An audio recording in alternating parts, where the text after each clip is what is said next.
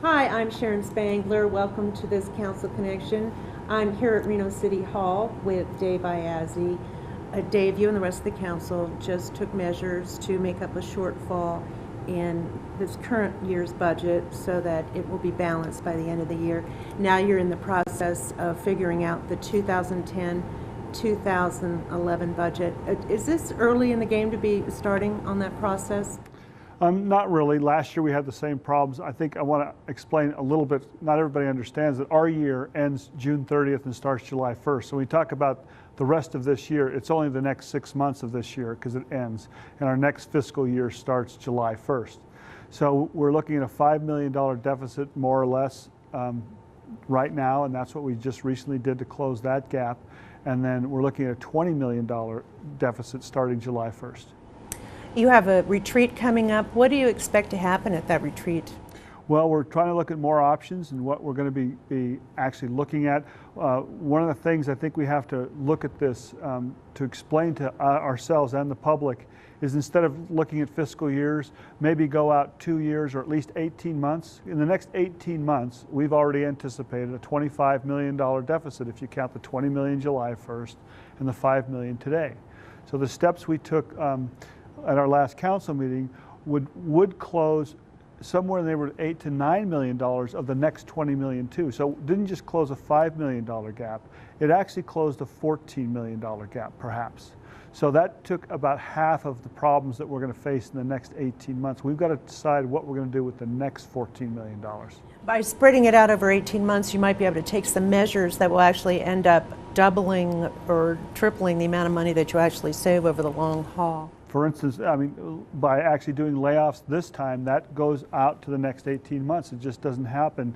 Last fiscal year, when we asked employees to forego raises or do some things, most of those were one-time only deals. You know, it lasted that year, so it doesn't carry on from year to year. A little bit of it did. Some of them gave up raises, so that raise would have been included.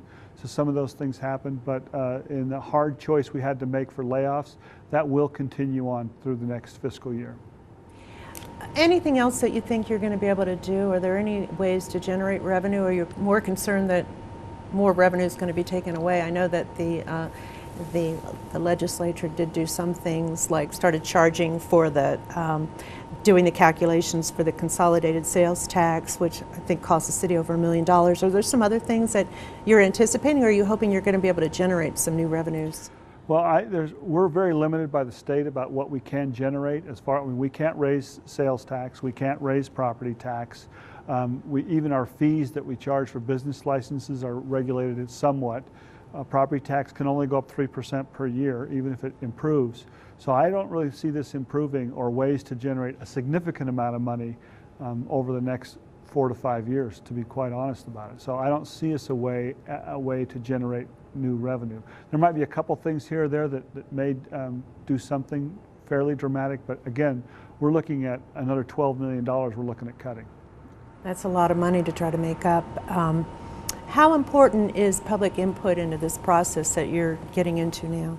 Well, I think it's going to be the most important, because quite honestly, we're at a new time for Reno and a new time for cities all over the world. And we've got to decide, and with the help of the people who live here, I believe we should set up a committee of maybe 60 or 70 people to start looking at different aspects over the next 3 or 4 months and try to decide what kind of services do we need as a city? What services do we want? Is snow plowing that important? This last snow event, we spent $450,000 in overtime.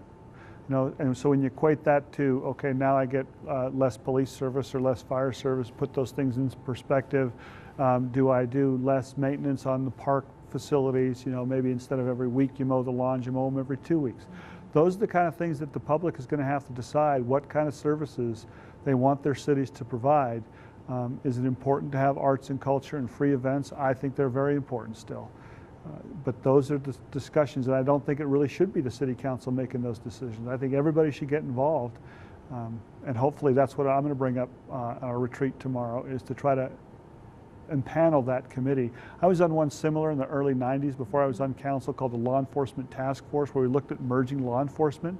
But it worked out very well. You had a whole bunch of people got together, and then we all went into subcommittees to look at, I was in the court system, and then we came back and presented our findings, and it worked out very well, I think. Some good decisions come from a bunch of great minds coming together. Yeah, and it was just people could go out there and dig for the data themselves. They don't have to listen to what, if they don't trust the city of Reno numbers, that's fine. Come dig for them yourself. You don't trust someone else's numbers. Give them all the resources they need to come and do that research for themselves and then make those decisions. But I think the most important thing, we say generate revenue. I mean, I can't stress this enough how much the legislature took away from us. They took away something close to $5 million. Guess what? We just had to cut $5 million for this fiscal year. I had a lady come up to me last week and said, didn't you guys see this coming? And I told her there's 3 things that happened why we got in January of this year. The legislature took money away after we adopted our budget. We had more retirees than we thought. So when someone retires, we have to pay them for a lot of benefits that if they had sick leave or vacation time, we have to pay that out. That was about $1.5 million. We weren't anticipating that, and that happened because of a ruling by the IRS. Right. Made a ruling on that, and the sales tax continues to decline. So last year, one last point, we promised our employees that we would make no layoffs if things continued as we had budgeted them. And those are the 3 things that didn't happen, that we didn't anticipate, that happened to us, why we had to make those cuts. And even when those things, when you add those up, they're closer to $6 or $7 million, and we only made up a $5 million deficit at our last council meeting. So everybody's been trying to really tighten their belts. And at least now you know that the property taxes are going down, and you can anticipate some of the revenue shortfalls for the fiscal year 2010-11, as you mentioned, which starts July 1. So now you've got a chance to really work ahead of time and not have as many, or hard to know really, if you're going to have unexpected surprises or not. The last thing I wanted to ask you about was volunteerism. As we're taking a look at changing government and how it operates, do you think that opens the door for more volunteerism? I certainly hope so. I mean, we have a program here called the SAVE, the Senior Auxiliary Volunteers Enforcement, and they do a really wonderful job helping out just with enforcing handicap parking and things, having a presence out there. And I think all governments, we're going to have to look at ways where we can empower people. I know that the county, it's up in my ward though, that's why I know about it. My Rancho San Rafael, they've had volunteers go and help even shutting the gates at closing time and doing things like that have been able to keep these things in operation. And those are going to become more and more prevalent, because this is not going to be a short-term thing. This is honestly, at least for governments, we're not going to see a recovery. The private sector might, but I'll give you a reason why the governments aren't going to see it. If property taxes go down 15% July 1st, by law they can only go up 3% per year after that. So even if after July 1 they get reduced down, then everybody recovers. The money coming into the city can only go up by 3% per year. So that'll take us 5 years to get the same level we are today. So those are the kind of things where we see it's a long-term, why I personally believe it's time to really look and see what services we provide and rethink it all. Thank you. So that's an important point. They didn't put a cap on how much the property taxes could go down. They just put a cap on how high they could go. Correct. Are you going to be putting out to your NAB for some sort of a town hall meeting, or are you hoping that the city will do something citywide? Well, we'll see what happens at the retreat. I'm hoping we do something citywide. That would be a great place to start. We ask the NAB members to be part of that consortium because they've already been involved in knowing what the city does.